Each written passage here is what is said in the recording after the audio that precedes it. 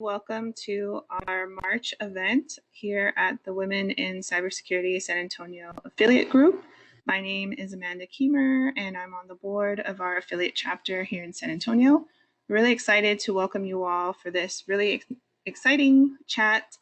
It's our first event of the year, so really excited to kick it off with Chloe. Before I start, just want to give a shout out to our other board members who are on the call today. So we have Vanessa, who is helping us behind the scenes, who is a professor at Our Lady of the Lake University, and is currently our vice president of WISIS San Antonio, which is fantastic. We also have Geeta on the line, who is on the board as well, and is also a professor. So Geeta is in the audience as well. And we have a new board member, Smriti, who is also a professor in academia and part of our Women in Cybersecurity San Antonio affiliate group. So if you have any questions about joining our affiliate group or future events, or if you want to present or join, please keep in touch with any of us, and we're all available via the chat or after the event as well. So thank you all for being here. So at the top, for those of you who missed Vanessa's opening remarks as well, in terms of technical things, we'll take questions at the end of the presentation, but feel free to post them in the chat as we go along. If there's something that you see on the slide or here that you want to know more about, feel free to throw that in the chat. We really want this to be valuable for you in a way that is helpful for you. So we're really glad to have y'all here, and feel free to jump into the chat at any time. So without further ado, let's jump into our presentation. So today we are joined by Ms. Chloe Contos. Chloe is an executive director at JP Morgan Chase. She is responsible for overseeing the strategy and day-to-day operations of email, endpoint, and mobile security products firm-wide. Prior to joining JPMC, Chloe served across 3 administrations at the White House. In her most recent White House role, Chloe was executive director of the National Science and Technology Council, NSTC, in the Office of Science and Technology Policy, OSTP, from 2017 to 2020. The NSTC is a White House council charged with establishing clear national goals for federal science and technology investments, as well as coordinating the S&T policy-making process across the federal government and ensuring that science and technology policy decisions and programs are consistent with the president's stated goals. In her previous role, Chloe served as a senior policy analyst in the Office of Management and Budget, OMB, which is located within the Executive Office of the President. She was there from October 2015 to 2017. Chloe's roles and responsibilities at OMB directly supported federal management and oversight of information technology, an $80 billion portfolio. 80B, guys, with a B. $80 billion portfolio by the Office of the Federal Chief Information Officer and the Federal CIO Council. In addition to working for the Obama and Trump administrations, Chloe also provided counsel to the Biden-Harris administration on science and technology issues. Chloe attended the University of Virginia, and upon graduating, she served in the United States Peace Corps in the Dominican Republic, working on adult literacy and community business development. Chloe is married to Jonathan Hamburg, a data scientist with the JPMC. Chloe and Jonathan now reside in the Houston, Texas area with their rescue dogs, Osa and Olivia.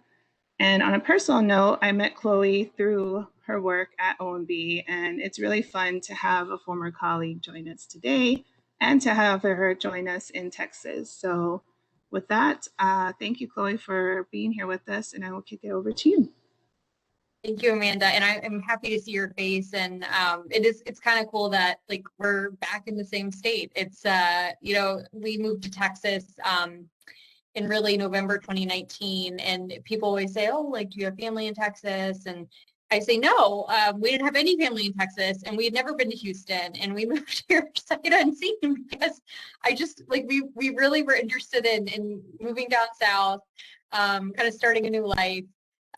Buying a house. Like I've been to Texas once, and I actually was San Antonio. And I told my husband, like, I just like the vibe. Like, Texas just has like a good vibe.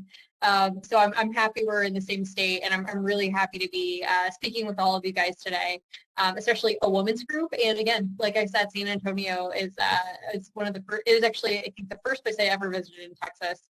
And I have been, itching to get back. So hopefully, Amanda, especially as we all get vaccinated, I will make it down there and I'll get to see you. So with that, thank you for the wonderful intro. How I'm going to kind of structure this is I have 3 slides, and I'm going to walk through them fairly quickly because I really would like to leave time for discussion and questions and sharing among the group. So I think that's more important than me, me talking to you or at you. I want to be able to be interactive with you all, answer questions, and just have a good discussion. I think that's probably the most valuable thing I could do today with you all. The other thing, just for you to note, I know that Vanessa's going to be monitoring the questions in the chat. I cannot see the chat as I'm presenting, so I'm not ignoring your questions, or if you write something and are like, hey Chloe, can you repeat that? I'm not seeing it.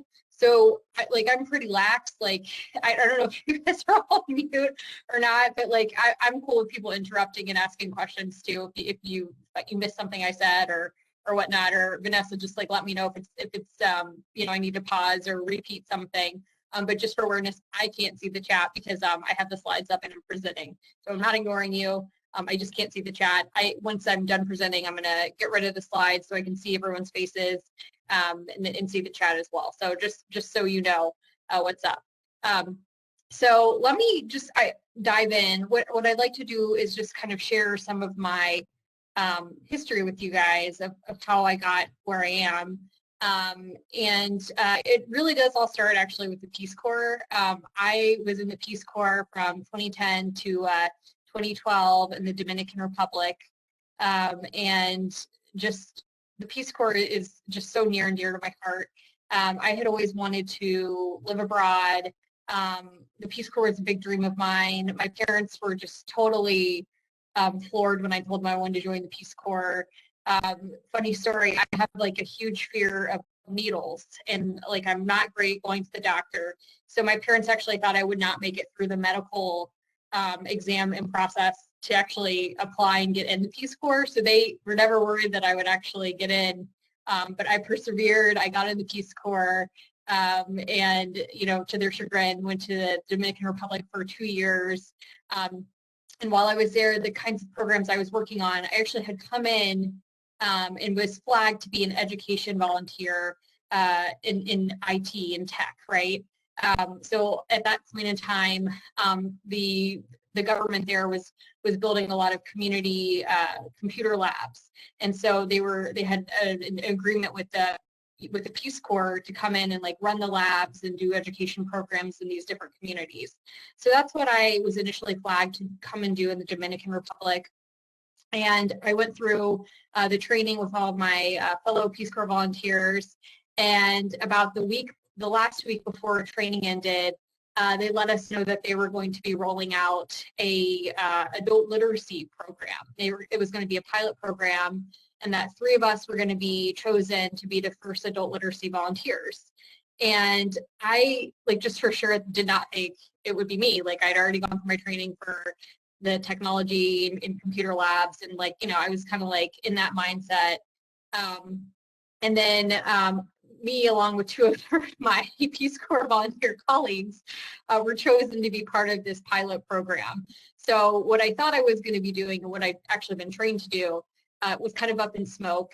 And I was pretty nervous about it. But we got a little bit of additional training. Again, it was a pilot program, so it was pretty rough and tough. And it was figuring out a lot of it on the job. And so I was paired with a foundation in the South, in the Dominican Republic, to work and roll out these adult literacy programs. And as you might imagine, since it was, adult literacy, these were really poor answer.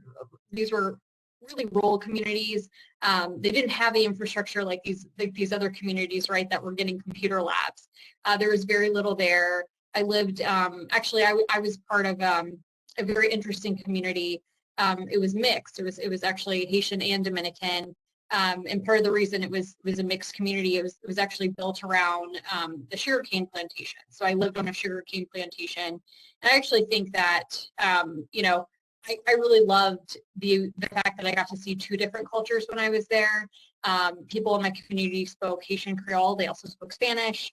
So I actually felt very lucky that, again, I had like almost a more diverse experience. I was close to the Haitian border, about an hour or two away.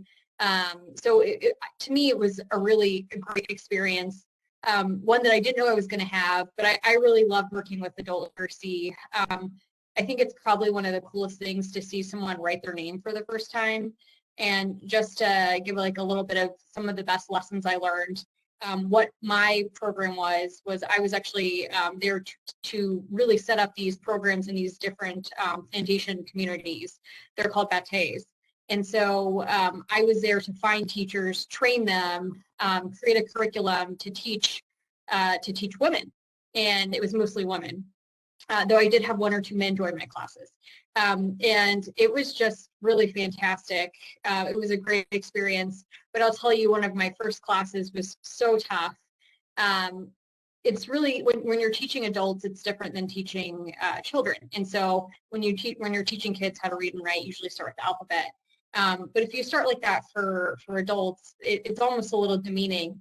These are people who, you know, have children, run a household, have jobs, and they really need something that is a little bit more purposeful, fits into their life.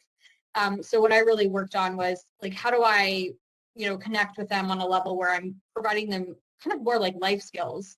Obviously, literacy being a life skill. So one of the things I realized very quickly after, you know, my first class was like, I can't start with the ABCs. We got to start with writing your name, right? One of the things when you're in the Dominican Republic, if you don't know how to write your name, you do 3 X's. So for a lot of them, your name was really important. So that's how I started all of my classes. And then we actually shaped around that we talked about things like description, nutrition, you know, like how to raise your kids. It was really interesting, and it was just the most awesome experience of my life. And I have to tell you, like, the reason I am spending so much time talking about Peace Corps with you all, when I know that you want to hear about cybersecurity, is I would say Peace Corps has set me up for the rest of my career.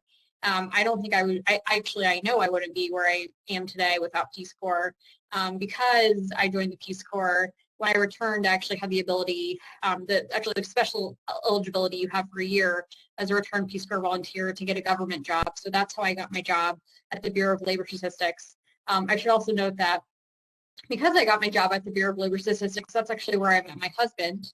I also brought my dog back from the Peace Corps, also. So, I mean, you know, Peace Corps, I kind of feel like, you know, I met my husband because of Peace Corps. I have my dog because of Peace Corps. I speak Spanish because of Peace Corps. It kind of set me up, I feel like, for a lot of the things that happened down the road. And also my husband actually had a friend that was in the Peace Corps with me too.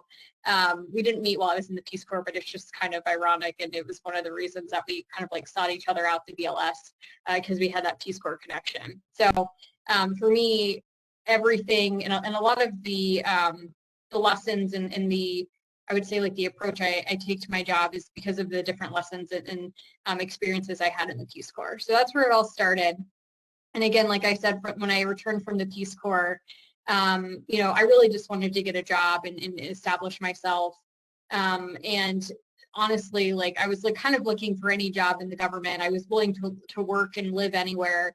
And I got this great opportunity working at the Bureau of Labor Statistics, which is underneath the Department of Labor. And I don't know if you know much about the Bureau of Labor Statistics, but it is the agency that's responsible for coming up with employment and unemployment numbers. So you hear a lot about them at least once a month.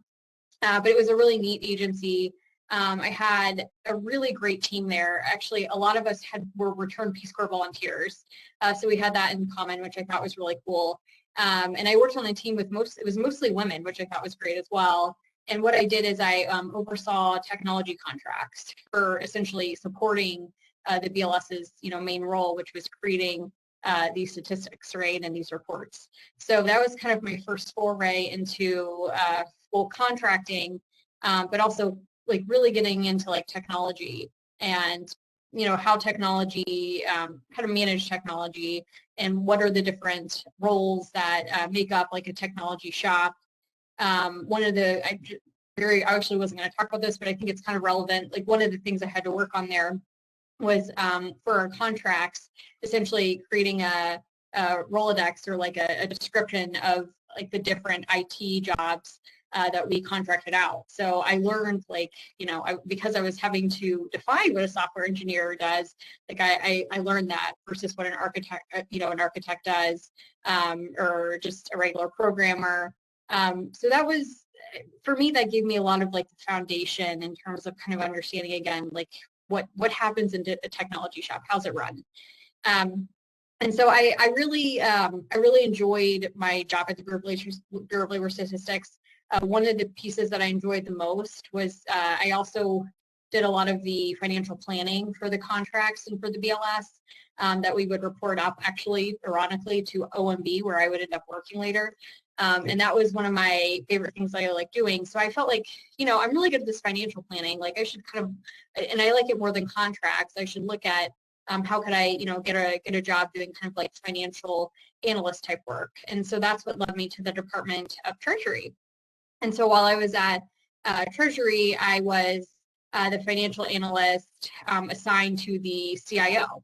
So I helped them, essentially budget and figure out, what they were buying, why they were buying it, and to it as well. Oh, and apologies if my computer went black. I should touch my mouse. So anyway, so really starting to get into like, why are we making these financial decisions?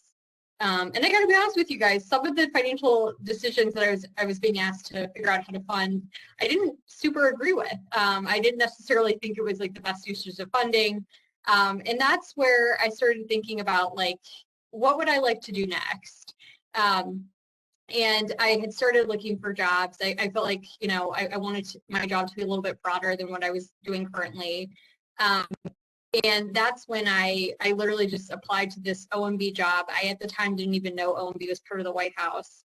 And when I went and interviewed, at the time, I had already gotten an offer actually to do financial analysis for the OCC, which is another agency under Treasury. And I almost didn't actually go to my OMB interview, and I almost canceled it because I thought, I'm really happy with this OCC role.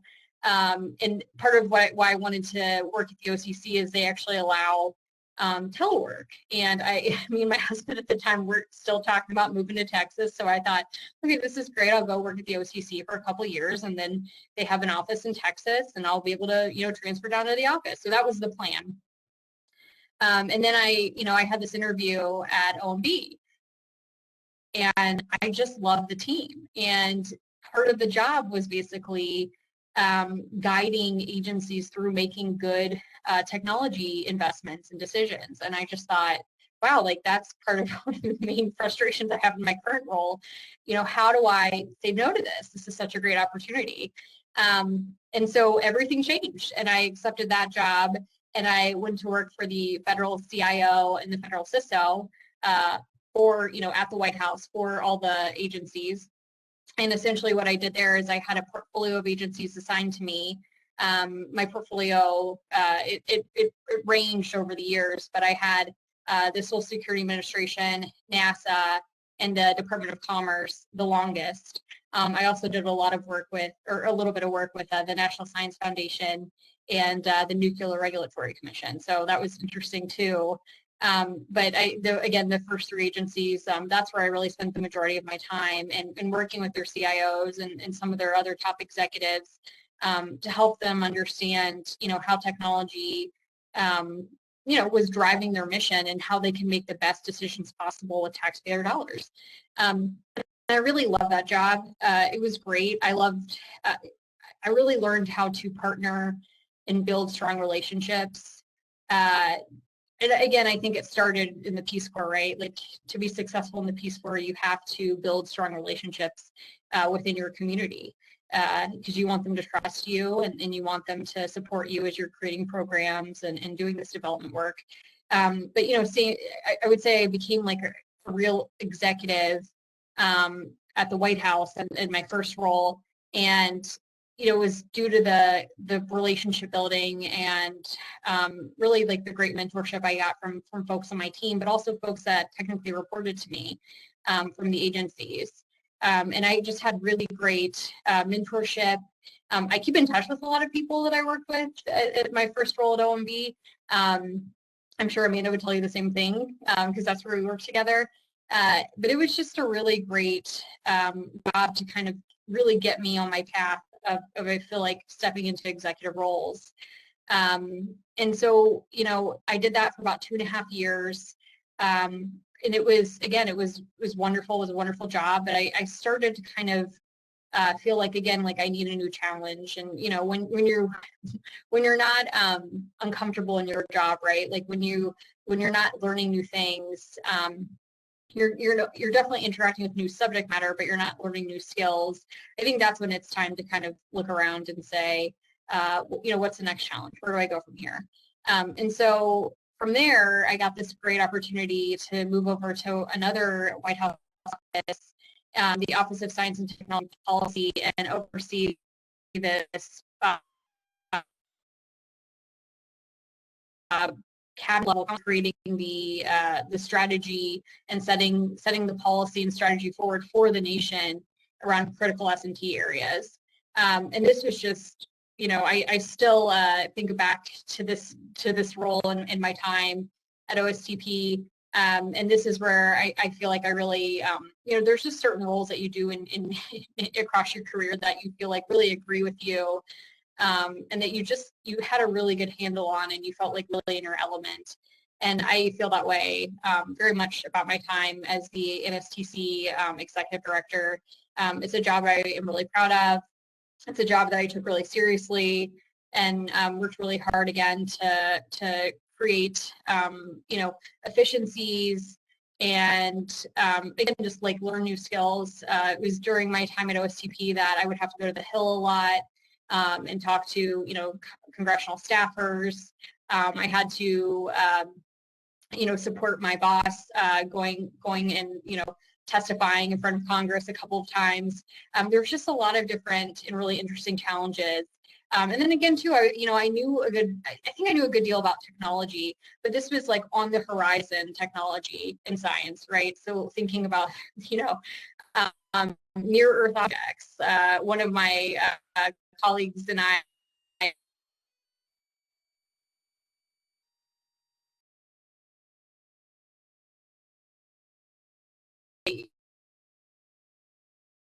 Chloe, I don't know if it's just me. it was really interesting.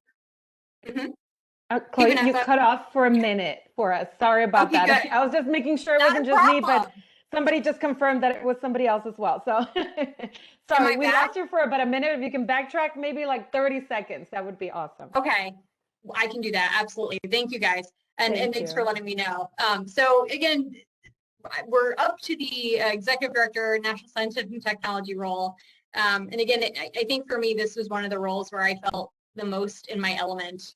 I really hit my stride, and you know, you kind of notice that when you move on to something next, but also just kind of taking a step back and reflecting. And also how, you know, when I would interact with folks I'd worked with, they would say like, you seem to be really, you know, hitting your stride here, and it seems to be like a really good fit for you. And so I really enjoyed my time at OSTP. Again, like the kinds of things I got to oversee and work on were, you know, ranging from, you know, for instance, like critical minerals, near Earth objects, so asteroids hitting the planet, you know, really hard things around like research integrity, research security, STEM education, like the list goes on. But it was exciting and it was, you know, always interesting. And I feel like I got to interact with like just amazing experts who are really top of their field. And so it was a great time. And I did that for almost 3 years. And at that point, my husband got this great opportunity to come down to Houston and work for JP Morgan. And this is what we'd always been talking about. And we just felt like it was, it was time to do something different. So I worked remotely for the White House for a little bit. COVID happened. So then everyone was working remotely. But then I also got a wonderful opportunity to join JP Morgan and step into the cybersecurity role that I'm in now. So when I joined JPMC, I joined last June. So I onboarded remotely, and I can tell you that despite it being remotely, and despite the fact that I really only met like 2 of my colleagues in person, in fact, all of my team that I oversee, none of them actually live in Houston. But it's been working great. I think the collaboration tools, the ability to connect, like I felt that because I'm good at relationship building, I've been able to bring that to the table even though we're remote. So again, I know we went over it a little bit in the intro, but I'll spend some time talking about what I really focus on now at JP Morgan. And I work underneath the CISO. So essentially, what I do is my team owns the products for email security, endpoint security, and we don't own the products for mobile, but we work on the mobile security strategy in terms of making recommendations about which products we should take a look at across the whole bank. So that is it's an interesting challenge. We work really closely with our colleagues who own the services. We work closely with our line of business colleagues too to ensure that whatever product changes that we're making, we're taking into account how does that affect downstream customers. I work really closely with security operations as well, and so it's a new challenge. I've never worked in the product ownership space. But I really like it. It's kind of like being a mini CEO of whatever of the product, right? So you're thinking about the financials, you're thinking about the operations piece of it, you're thinking about your customers who are using the product. So for me, I think it fit in really well in terms of what I bring to the table and how I look at the product space that we oversee. And specifically, I told Amanda when she asked me to come and speak, I said, I'm happy to come and speak, but I am not a cyber expert at all. I really oversee a team of cyber experts, and my job is to block and tackle for them and enable them to do what they need to do. So I really rely on the expertise of others, which is really what I've done across my whole career in many ways. That's what I did at the White House. It's about connecting people. It's about understanding the customer. It's about making smart financial decisions. So that's kind of how I look at what I do currently. And as a generalist, I think I have the ability to dive into different domains, not deeply, but to essentially find those experts, create good relationships. And they're the ones that are diving deep, but I can kind of stay at this level and the higher level and at the 30,000 foot level, be able to inform the strategy piece of it. And with that, I'll go to my next slide. There we go. And so again, this is where I'm not a cyber expert. I'm a generalist. And so the things I think that have helped me across my career, the first one is mentors. Across all of those different experiences that I shared with you, I had really strong mentorship. And I was actually thinking about this. I keep in touch with a lot of my mentors still. They have taught me so many lessons, and they invested in me as a person. I was talking about, what I would talk about with you guys with my husband, and he was saying that he always feels like when I have mentors, a lot of times they're people, it's not just a one-way relationship. A lot of my mentors are people who maybe even worked for me, or, like with me on certain projects. And it's like, they help me usually because they have some kind of deep expertise. And also, thinking about leadership. But I'm always really good too about thinking like, how can I connect my mentor? How can I, how can I, influence something in their favor? How can I bring them with me and lift them up and, put a spotlight on their good work?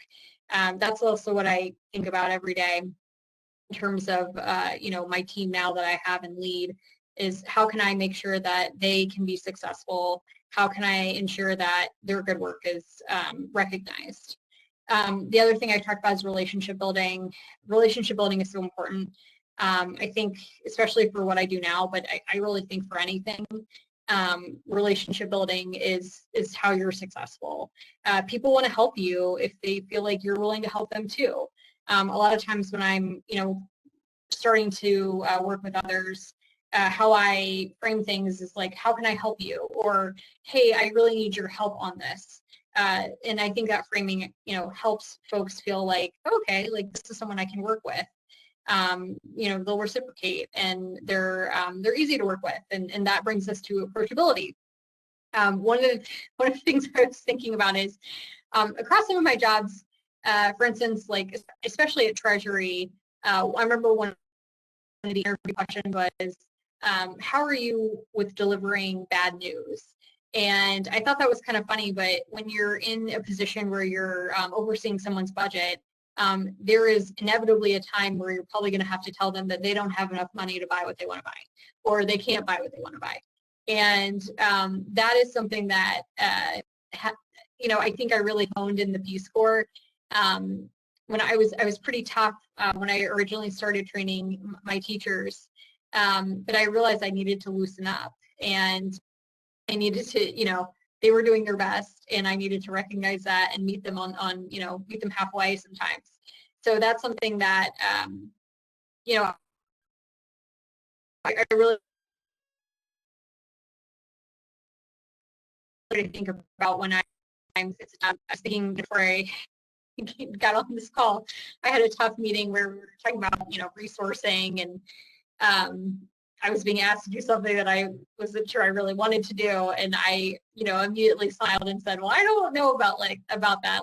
Let's talk about it." And I just think, it's tough conversations are inevitable, but how you approach them and how, the ability for people to approach you is important. I would rather someone approach me early with bad news, and do it in a nice way than not at all, right? Or too late. So I think approachability is important for any kind of job.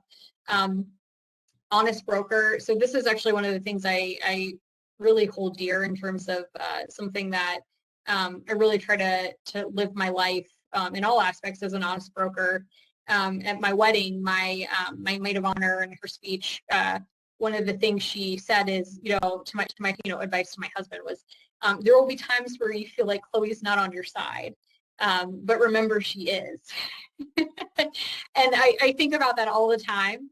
It always makes me laugh, but also it's something that I really hold dear. Just because I'm giving you bad, not like bad news necessarily, but I'm telling you something you don't want to hear. I'm probably doing it for your best interest and because I care about you, not because I want to hurt your feelings. But if you're asking my opinion, I'm going to give you an honest answer.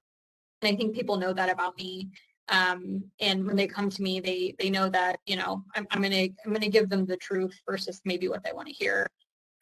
So transparency, that's another one. I think when you work with me, I think what my goals are and what I'm driving towards, I think it's totally obvious. Like I do that on purpose, right? I think it's important for people to understand, like, what you see is what you get, and I don't have some kind of hidden agenda. It's like it's a transparent agenda. Like this is what I'm working towards. This is what I'm trying to do. And then work ethic. My dad's an immigrant. And I just think like he's always taught me, and my mom too. My mom is a super hardworking teacher. So, my parents worked and still work. I don't know if either of them will ever retire. And so, working hard has always been something that's important in my family. And so again, I will wrap it up because I feel like I've talked too long, but to go back to the mentorship, one of my still mentors that who's just great that I met at the White House, A couple of us, he was a CIO at the Department of Justice, and a couple of us went and shadowed him. I set up these shadowing sessions because I wanted to see, like, if, you know, how do you run your day as a CIO of a big agency? And so when I went to shadow him, he gave me this piece of paper that morning, and he said, this is what I give people when they start working for me. And it was operating principles, tactical workforce, and at the top of the page it said my expectations. And I just thought it was so great. And so this is when with my team, these are, I changed them a little bit, but you can see the ones that are bolded. Those are the ones I think are particularly important. But this is how I try to lead my team every day. They all have a copy of this. We updated some based on their feedback. And so the operating principles, that's how I operate, though I try to do, obviously, it's the tactical and workforce ones as well. But the tactical and workforce, those are my expectations of them, and how they conduct their jobs every day. So I think, again, like, it's incredibly important to kind of, again, to be honest and open about how you're approaching, how you're approaching whatever the situation is.